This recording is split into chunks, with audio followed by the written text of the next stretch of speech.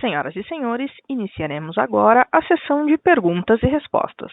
Para fazer uma pergunta, por favor, digitem asterisco 1. Para retirar a pergunta da lista, digitem asterisco 2. Nossa primeira pergunta vem do senhor Vinícius Ribeiro, UBS. Pessoal, bom dia a todos. Obrigado pela pergunta. 2 tópicos que a gente queria explorar, se possível. O primeiro, se pudesse conciliar a questão do sinistro, né? Então, dos 384 milhões de impactos que vocês comentaram, contempla algum tipo de saving pelos pacientes que postergaram procedimentos seletivos no final de março? E como que a gente deveria pensar nesses volumes de modo mais estrutural, né? Se a telemedicina e cuidado coordenado já representam um avoidance de custo importante para frente, mesmo que esse avoidance seja passado para preço em novos produtos. E a segunda pergunta seria sobre a ROI. A gente entende que o número que vocês deram de saúde tem uma série de eventos extraordinários que aconteceram nos últimos 12 meses, mas queria aproveitar o tópico para perguntar para vocês qual o nível que vocês veem mais ou menos como estrutural e se depois de um ano do direto que começou a acelerar agora, a gente tem um histórico suficiente para dizer se é possível manter esse retorno com produtos mais baratos. E, finalmente, como a gente deveria pensar nessa dinâmica de retorno sobre o novo desenho organizacional que vocês anunciaram recentemente? Se tem alguma mudança ou se a ideia é se manter mais ou menos em linha com o que tem sido. Seria isso, pessoal. Obrigado. Oi, Vinícius. Raquel, tudo bem? Obrigada pela pergunta.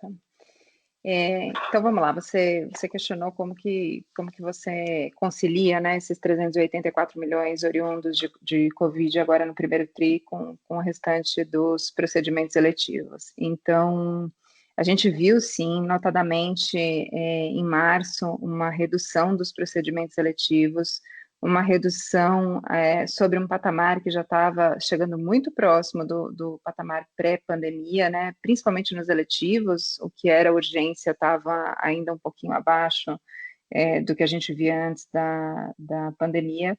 Mas esse número, vamos lembrar que os médicos já estão totalmente vacinados, ou quase que totalmente vacinados, então os procedimentos foram voltando naturalmente, né, ao longo do segundo semestre do ano passado e do primeiro TRI desse ano.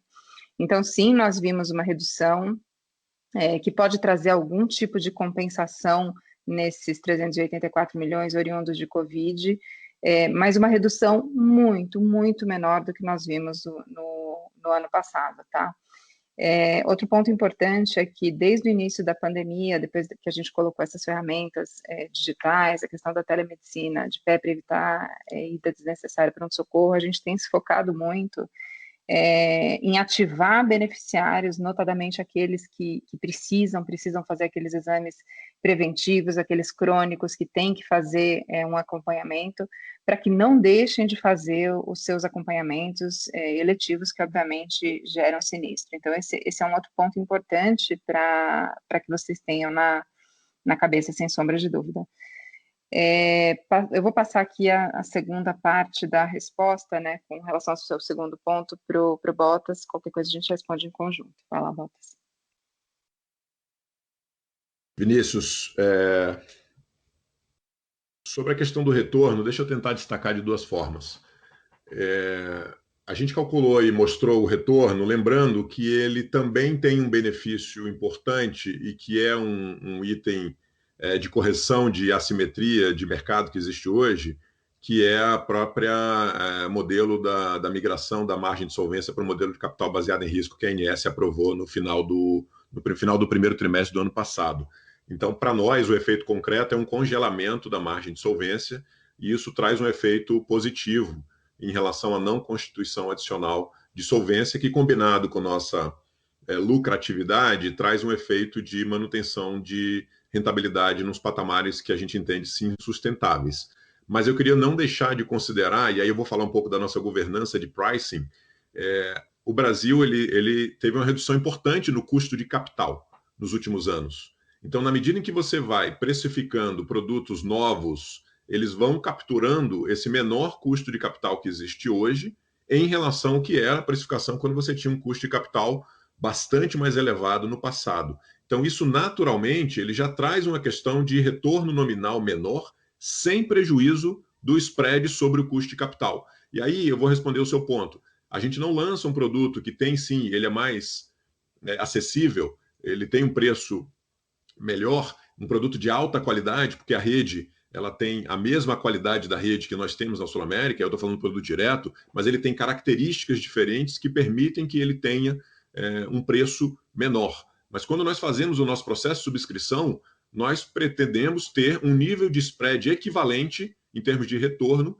sobre os nossos produtos tradicionais. Então, na realidade, é o mesmo nível de spread sobre o custo de capital. Mas esses produtos são lançados com um patamar de custo de capital hoje menor do que era no passado, o que é bom também para garantir mais acesso, mais inclusão, mais oportunidade de ter crescimento de uma forma diferenciada. Então, eu trabalharia mais a questão menos do nominal e mais para avaliação do spread, do retorno sobre o custo de capital como a principal oportunidade. Tá? Em relação à sua segunda pergunta do desenvolvimento do desenho organizacional, aqui eu acho que tem uma estratégia da companhia que é muito sólida, é um diferencial, uma vantagem competitiva da companhia, que é combinar crescimento com rentabilidade ou sustentabilidade da sua rentabilidade. Essa lógica ela está mantida. E o nosso desenho agora, organizacional, acho que a Raquel pontuou isso bem, e o Melo também, são dois líderes agora que, além de agregar toda a parte de atendimento comercial corporativo, também tem o atendimento comercial de varejo. A gente espera que o crescimento seja acelerado, mantendo a nossa estratégia de crescer com rentabilidade. Portanto, nenhuma aventura, nenhum tipo de imprudência, mas sim uma expectativa de aceleração e agilidade, principalmente a partir desse movimento. Isso vai contribuir para o retorno? Essa é a nossa aposta. O quanto isso vai contribuir, aí nós temos que aguardar os próximos períodos, tá bom? Então, eu diria que aqui, para reforçar esse aspecto do desenho organizacional, ele sim tem uma expectativa de acelerar o nosso crescimento e nós combinamos o crescimento com rentabilidade. Perfeito, Raquel. Obrigado pela resposta, muito clara.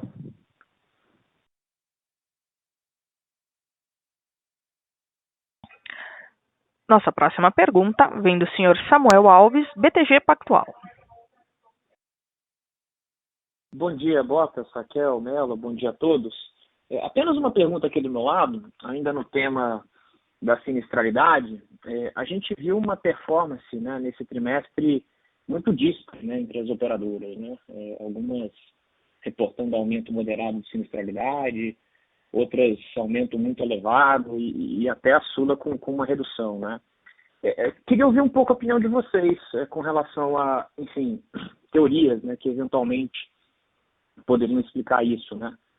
Talvez a primeira, com relação a provisões não técnicas, né? A companhia reportou um aumento importante nessas provisões no ano passado, logo, eventualmente, ela estaria mais provisionada que os comparáveis, né? A segunda, se a Sula eventualmente adotou uma diretriz mais conservadora, né, para adiamento dessas eletivas, que a Raquel estava comentando há pouco, e a terceira, se eventualmente o Covid acabou impactando menos o perfil de carteira da Sul América. Enfim, queria ouvir a opinião de vocês aí com relação a essas dinâmicas. Obrigado.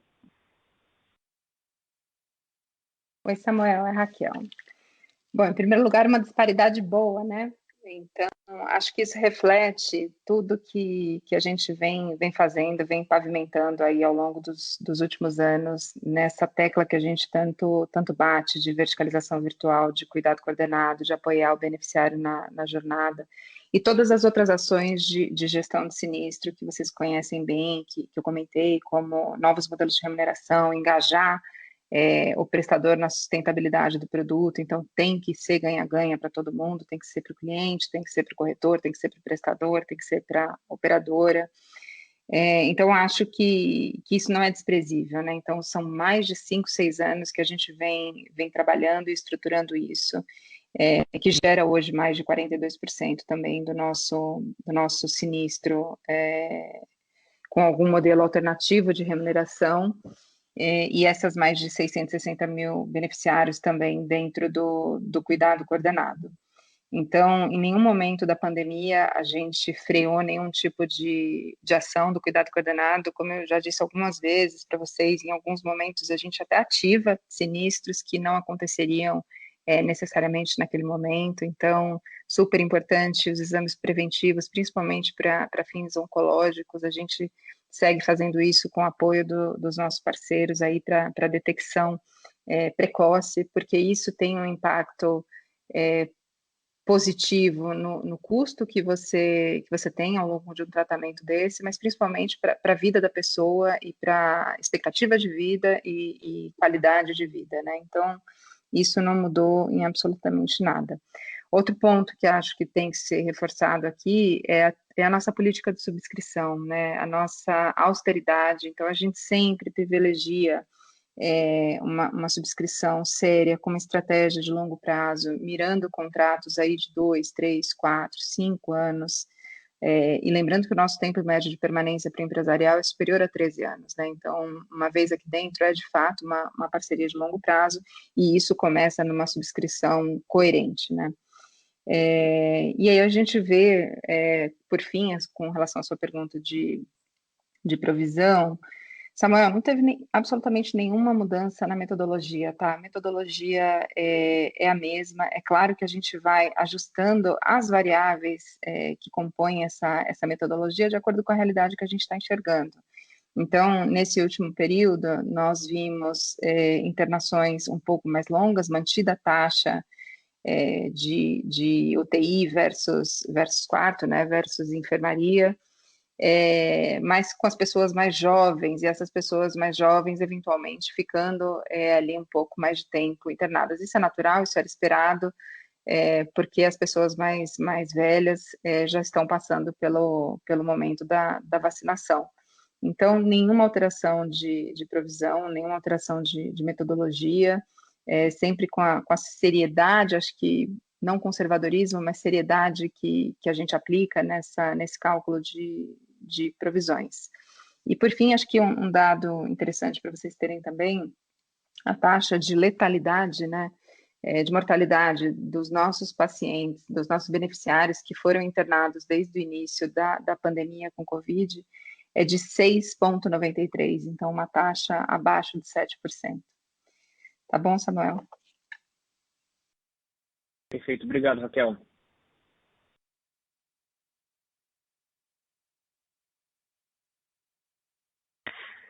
Nossa próxima pergunta vem do Sr. Guilherme Grespan, JP Morgan.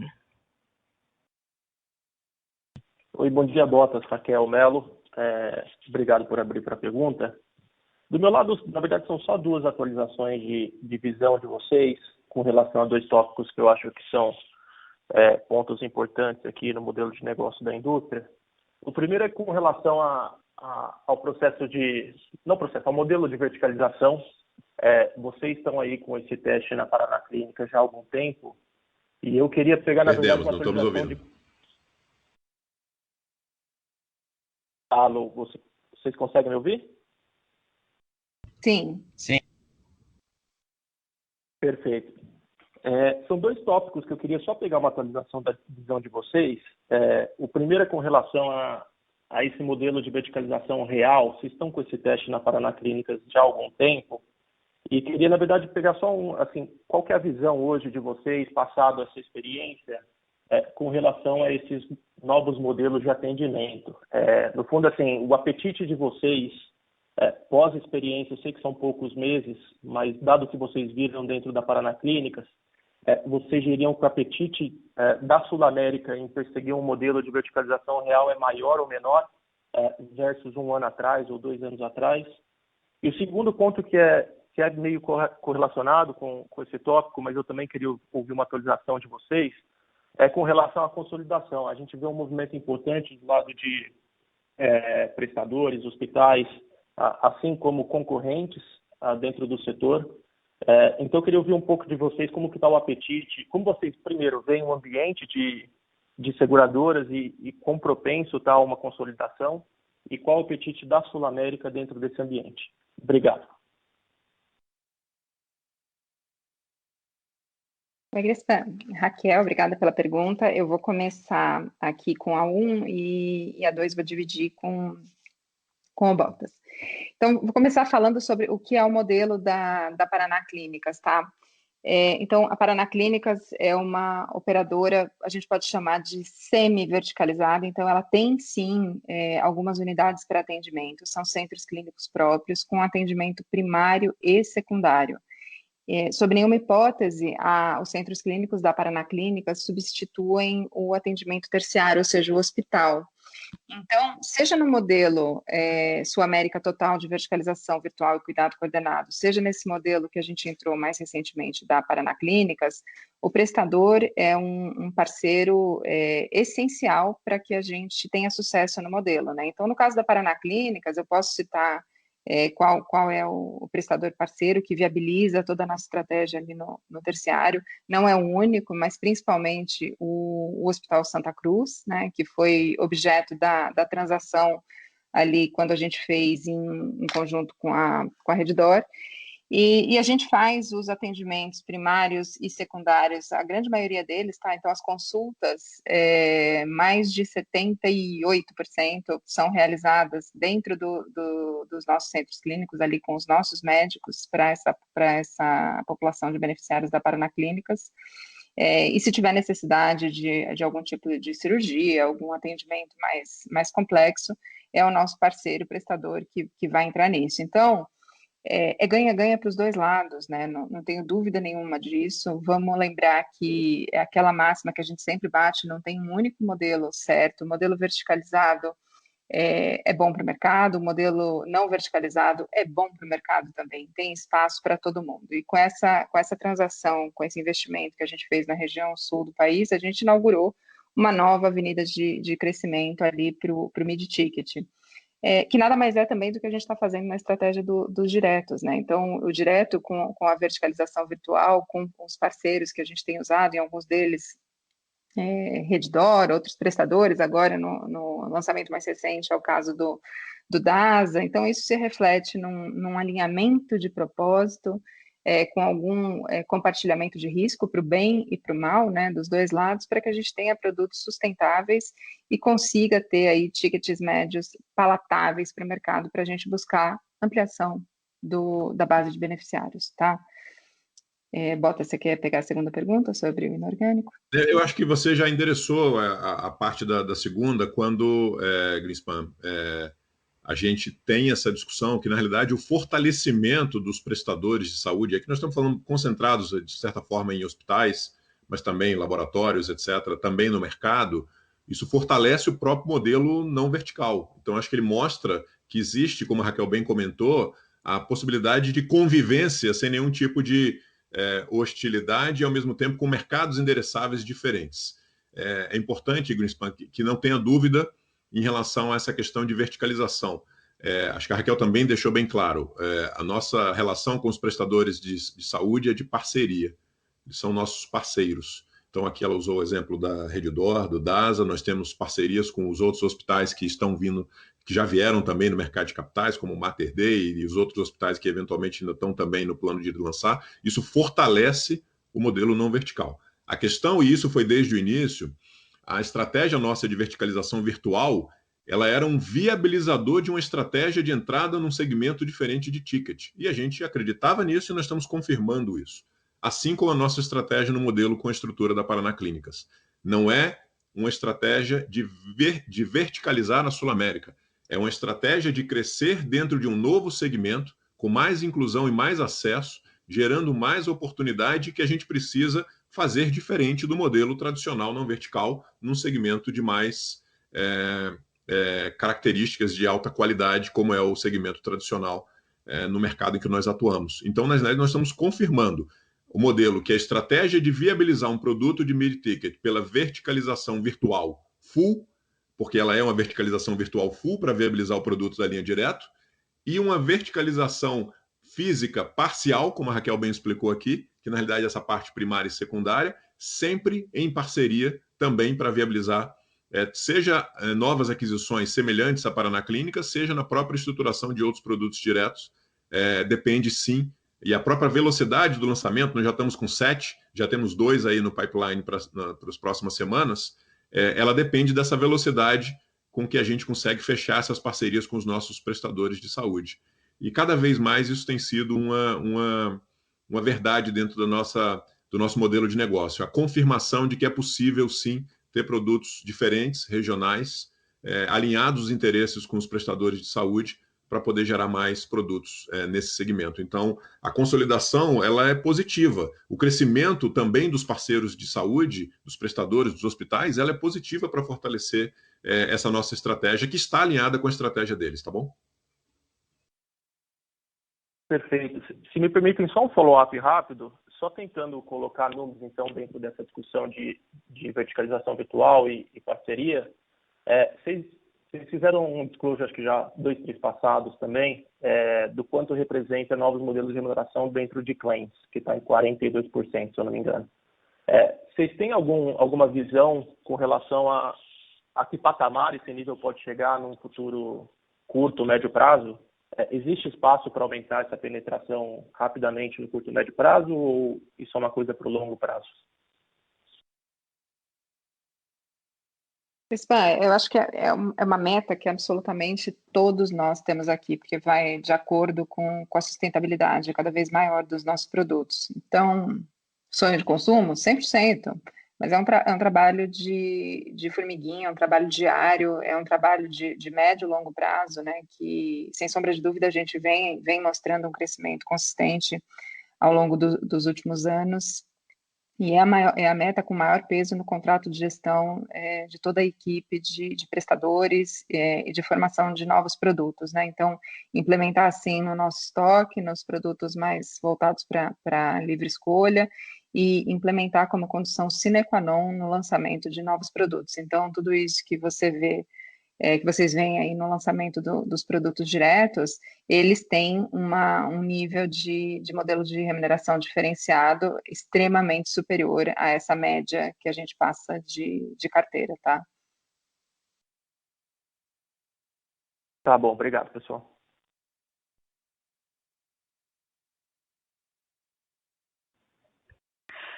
Nossa próxima pergunta vem do senhor Maurício Cepeda, Credit Suisse.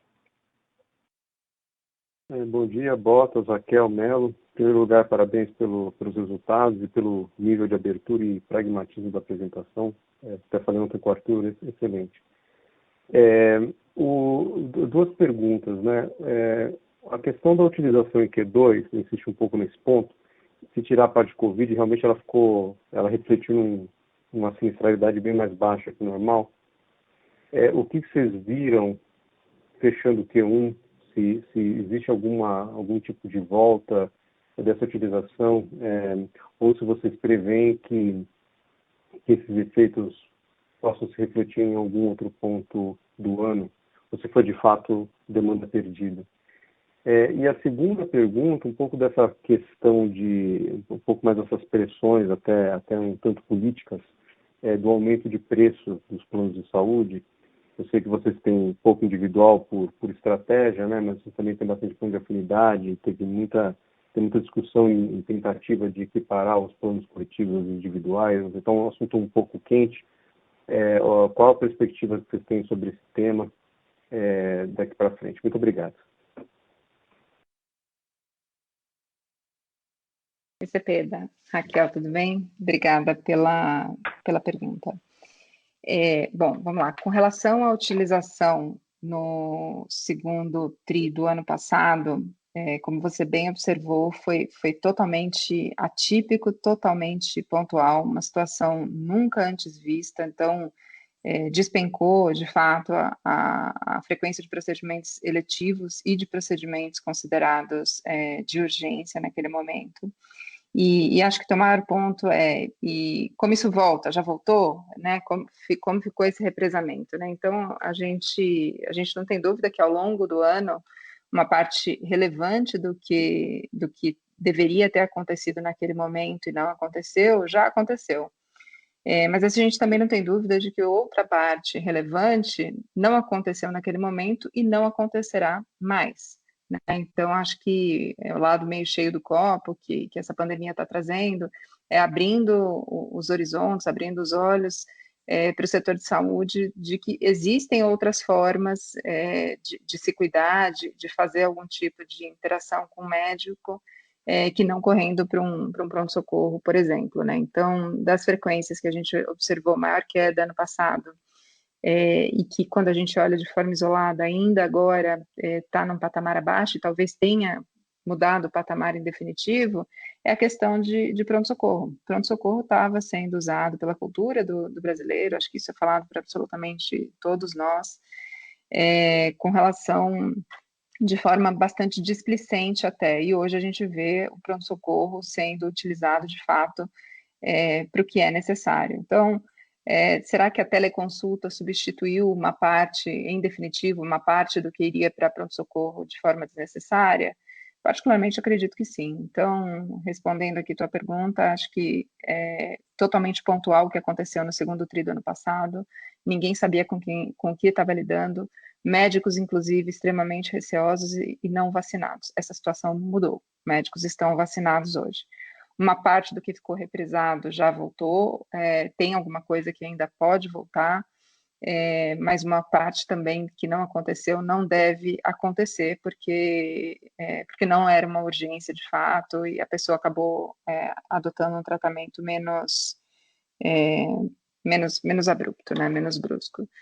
Com relação a cenário regulatório, se eu entendi bem sua pergunta, com relação a algum tipo de intervenção do governo, né? Então, essa é uma pauta que é cíclica, então ela vem e volta, não é nem cíclica porque ela nunca morre.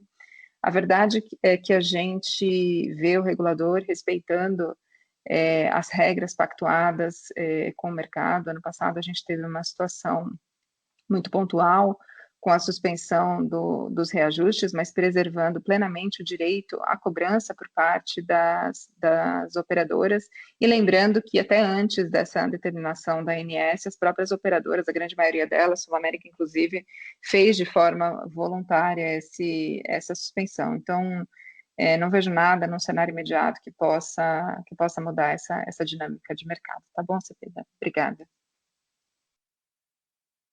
Eu que agradeço. Obrigado.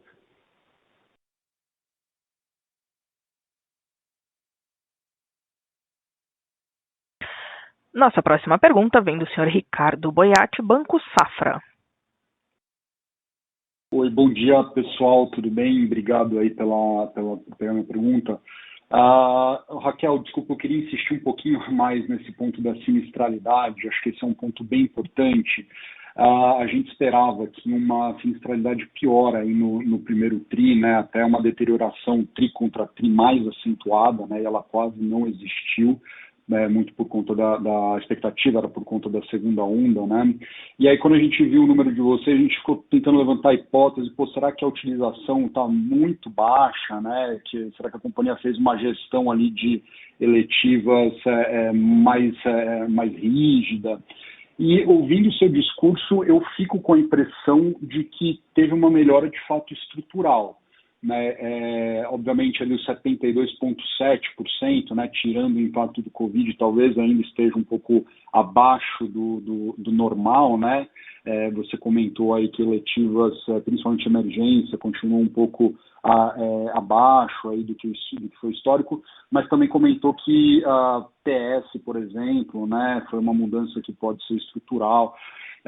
Então, eu queria entender um pouco melhor a sinistralidade estrutural da companhia, né, daqui para frente. Eu sei que vocês não dão guidance, né, mas se você puder ajudar a gente a entender um pouco melhor, porque acho que na nossa projeção, talvez na maioria das pessoas aí, a gente trabalhava com uma sinistralidade mais ou menos em linha com o histórico ali, né, um pouco abaixo de 80%, talvez, mas para médio e longo prazo. E se tiver, de fato, uma melhora estrutural, fico com a impressão que pode ser algo mais perto de 75%, com queda estrutural de utilização de emergência, com a representatividade já grande, né, que o cuidado coordenado tem, né, praticamente 1/3 aí da carteira, telemedicina, né? Então, eu queria que você ajudasse a gente aí a pensar um pouco melhor nessa sinistralidade daqui para frente, se for possível, por favor. Oi, Ricardo. Vamos lá, vou falar um pouquinho do passado, tá? Não do futuro, aí fica por sua conta. Sendo muito, muito pragmática na resposta, a gente não fez, eu sei que o mercado, algumas operadoras acabaram divulgando algum tipo de proibição de realização de eletivas, alguma coisa assim, no momento mais forte da pandemia, em função da inexistência, de fato, de leitos, e a situação se agravando, em função de oxigênio, tudo isso. A Suamérica em nenhum momento suspendeu eletivas, tá? Então, a resposta à sua pergunta de forma muito direta é que a gente nunca mudou isso, a gente aproximou a comunicação com os hospitais, com os médicos, com os beneficiários, com os clientes CNPJ de forma geral, deixando claro a gravidade do momento que nós estávamos vivendo e que o médico é sempre a pessoa mais indicada, né? O médico assistente que acompanha aquela pessoa, para avaliar em conjunto com o beneficiário quando tem algum tipo de procedimento para ser realizado em ambiente hospitalar, se o momento está correto, se é uma situação que pode segurar alguns dias, algum tempo, pode tentar algum outro tratamento alternativo, ou se ele tem que ocorrer de forma imediata. Então, essa foi a única orientação que nós demos. O médico é soberano nessa decisão, absolutamente nada em termos da nossa dinâmica de autorização, de validação prévia de procedimentos mudou, tá? Então, isso não aconteceu por aqui. É claro que falando aí, juntando com a pergunta anterior do Cepeda, acho que uma boa parte do que ficou, do que não aconteceu e deveria de fato ter acontecido ano passado, já voltou, mas a gente ainda está no olho do furacão e tem muitas questões ainda não respondidas, como tem algum tipo de diagnóstico que não foi feito no passado, que pode voltar de maneira um pouco mais alavancada agora. Então, são dúvidas que todos temos para o futuro, incluindo essa questão de vacinação. Mas olhando para o primeiro TRI agora do ano, e enfim, de forma geral, em nenhum momento nós seguramos procedimentos eletivos, absolutamente. Então, o número que vocês veem aí reflete exatamente a realidade e a dinâmica de atuação da Suamérica que vocês sempre conheceram. Raquel, se você me permite, Botas, Ricardo, obrigado pela sua pergunta. Eu acho que tem um aspecto estrutural importante, a gente, de novo, não pode dar guidance para você, e ao mesmo tempo existe um grau de incerteza grande ainda em relação às consequências da própria duração e eventuais consequências no pós-pandemia. Não dá para ficar fazendo muitas inferências aqui. A gente está falando do resultado realizado e tem alguns comportamentos que a gente já percebeu. Acho que a Raquel ilustrou bem isso. No segundo trimestre do ano passado, a queda de frequência letiva foi muito forte. E a gente lá atrás avisou. Essas frequências estão dentro desse sentimento do isolamento, da quarentena, e a gente espera sim que uma boa parte delas voltaria. E mesmo naquele momento nós tínhamos uma incerteza muito grande em relação a quanto voltaria. Imaginávamos que 100% voltaria? Não, 100% não volta. Mas efetivamente precisávamos entender. E aí essa questão nossa de acesso e inclusão ela é muito importante, porque é uma característica da nossa marca. Nosso propósito de saúde integral traz isso, como uma entrega de qualidade e de acesso. Então, acho que esse é um conceito muito importante que a gente reforça, e quando você ouve as palavras da Raquel dizendo qual é o nosso contexto, isso fica muito presente. E aqui, em termos de provisões, em termos da nossa eventual prudência nesse contexto, ela é muito mais associada ao grau de incerteza e volatilidade do cenário, seja pela extensão da pandemia, seja pela existência ou não de uma terceira onda, seja pela duração dos dias de internação, dos custos, etc. Então, ainda tem muita incerteza presente, e a gente vem atuando para poder gerenciar essas incertezas. O que a gente sabe é que a gente está preparado para enfrentar esse futuro, seja ele qual for, porque da forma que a tecnologia já estava incluída nos nossos processos, da forma que elas puderam ser alavancadas nesse período, de forma a gente espera mudanças estruturais importantes positivas. E isso é positivo. Isso é positivo para gerar mais acesso, isso é positivo para gerar mais affordabilidade. Então a gente está muito feliz. Você comentou 75% de sinistralidade. Tanto melhor vai ser se a gente puder passar o máximo possível de toda essa eficiência para gerar uma vantagem competitiva para a gente em relação aos nossos concorrentes e principalmente em relação à percepção dos nossos clientes da qualidade dos nossos produtos. Então eu queria muito que você ficasse com essa mensagem de que tem questões de tecnologia e de avanço das nossas funcionalidades, e aí a telemedicina talvez seja o mais emblemático, evidentemente, pela quantidade de atendimentos digitais que fizemos, mas todo o investimento em tecnologia que nós vemos fazendo há muitos anos, nas melhorias do nosso processo, a transformação cultural que a gente vem passando na companhia, a forma do próprio propósito de saúde integral, ela também depende e ela deve entregar uma mudança estrutural positiva. Essa é a nossa expectativa, tá? Legal, Botas. Muito obrigado, Raquel. Obrigado. Só um follow-up rápido, né? Esse era até um ponto que eu ia perguntar, Botas, se eventuais ganhos estruturais aí de eficiência, né, de redução de sinistro estrutural poderia ser repassado para preço, né? para você aumentar a velocidade de crescimento orgânico, que já está, inclusive, melhorando aí com o direto.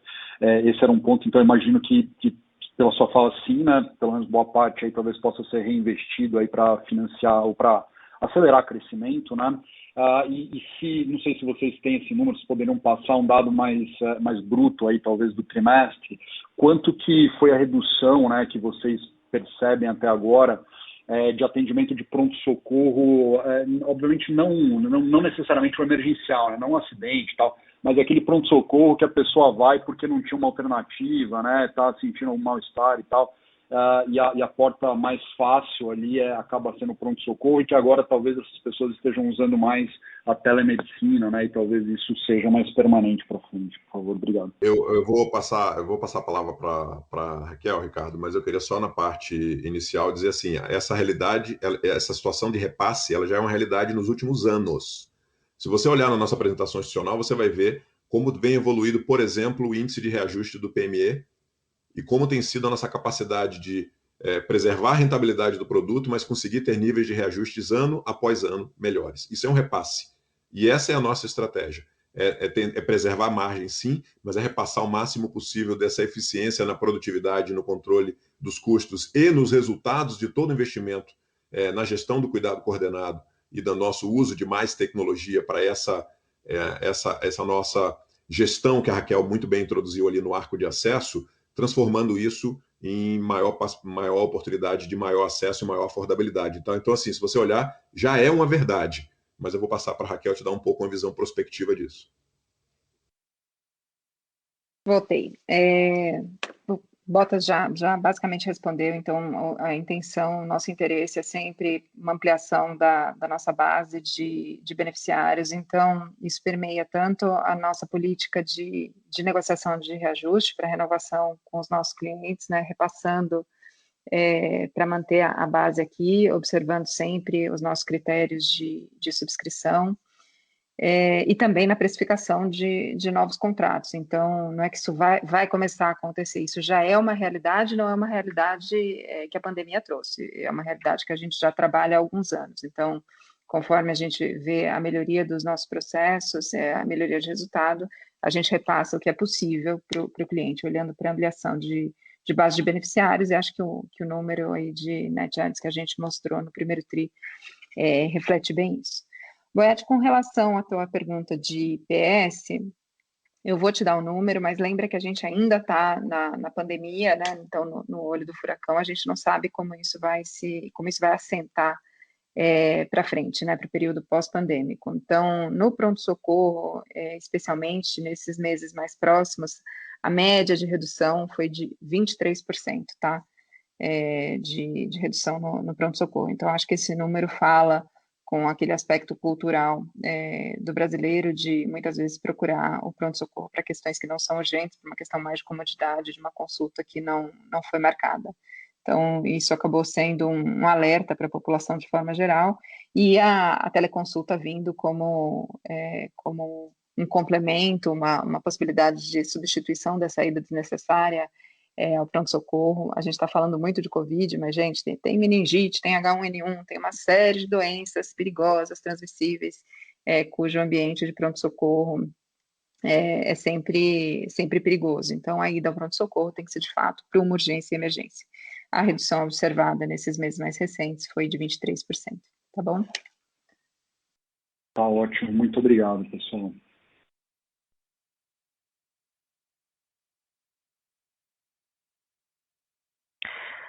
Nossa próxima pergunta, vinda da webcast, é do senhor Eduardo Nishio, Genial Investimentos. Obrigado pela apresentação. Pergunta para o Ricardo Bottas. Parabéns pela nova posição. Sucesso. Como você está vendo a estratégia da Sul América sob a sua gestão? Alguma mudança? A concorrência vem crescendo bastante via M&A. Podemos ter mais atividade de crescimento inorgânico sob sua gestão?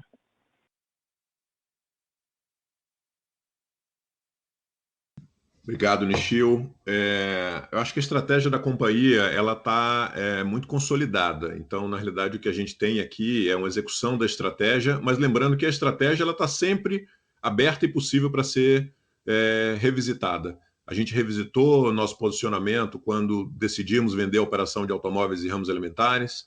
Nós revisamos a nossa estratégia quando decidimos entrar no segmento de mid-ticket há apenas 2 anos e já temos hoje uma carteira somando o movimento inorgânico e orgânico com o direto e a aquisição da Paraná Clínicas, que já monta uma estratégia de penetração no segmento com quase 150 mil vidas, também incluindo aqui essa aquisição recente que a própria Paraná Clínicas já fez da carteira da Santa Casa de Ponta Grossa. Então, assim, em menos de 2 anos, nós já temos, a partir de uma decisão recente de entrar num segmento novo, de ticket, de preço, 150 mil vidas.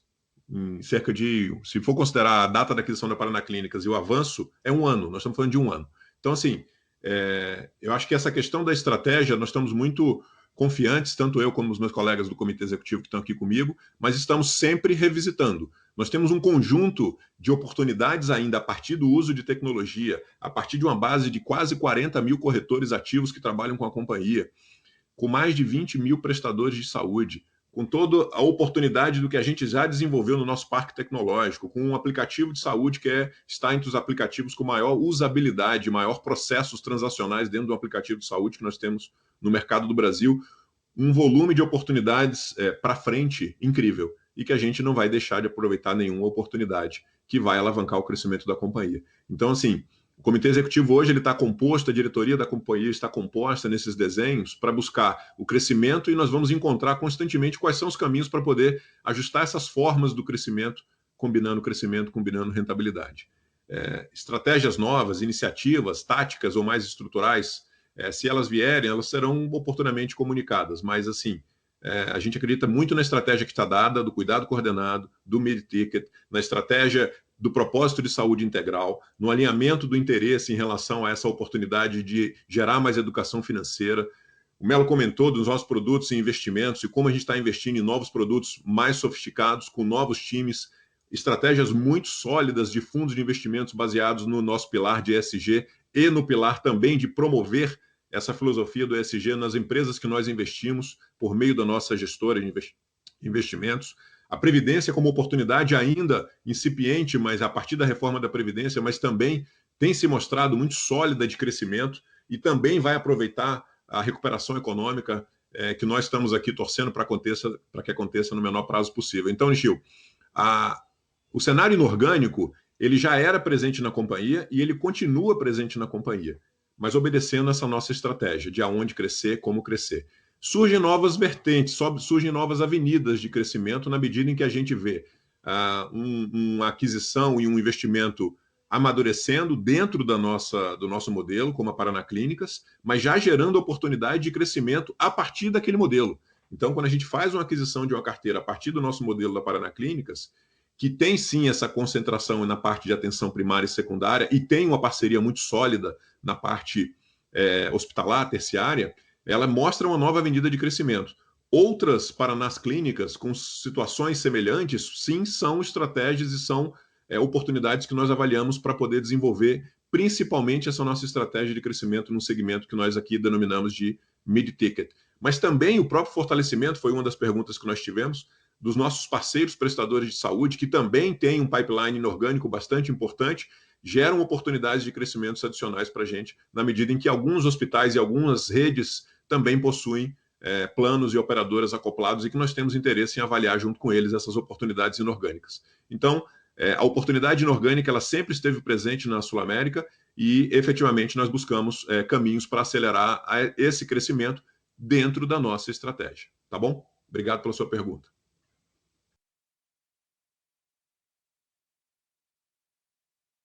Encerramos agora a sessão de perguntas e respostas. As perguntas feitas pela webcast que não foram atendidas durante a teleconferência serão respondidas posteriormente através do e-mail informado. Retorno a palavra ao Sr. Ricardo Bottas para suas considerações finais. Aqui eu queria agradecer, então, mais uma vez a presença de todos, agradecer a todos que perguntaram, a oportunidade de a gente ter essas perguntas também para poder detalhar um pouco mais as nossas informações do trimestre, mas principalmente eu destaco aqui o engajamento dos nossos quase 4 mil colaboradores, incríveis, a força de mais de 36 mil corretores de seguros, parceiros da companhia, mais de 20 mil prestadores médicos e profissionais de saúde, incansáveis nessa pandemia, hoje no dia dos enfermeiros, enfermeiras, e aqui também dando os parabéns para os enfermeiros e enfermeiras, também incansáveis nessa pandemia, a confiança dos nossos mais de 70 mil acionistas que diariamente contribuem e participam na construção da nossa jornada de crescimento. Então, mais uma vez, obrigado a todos pela presença e que tenham todos um ótimo dia. A teleconferência de resultados da Sul América está encerrada. Agradecemos a participação de todos e tenham um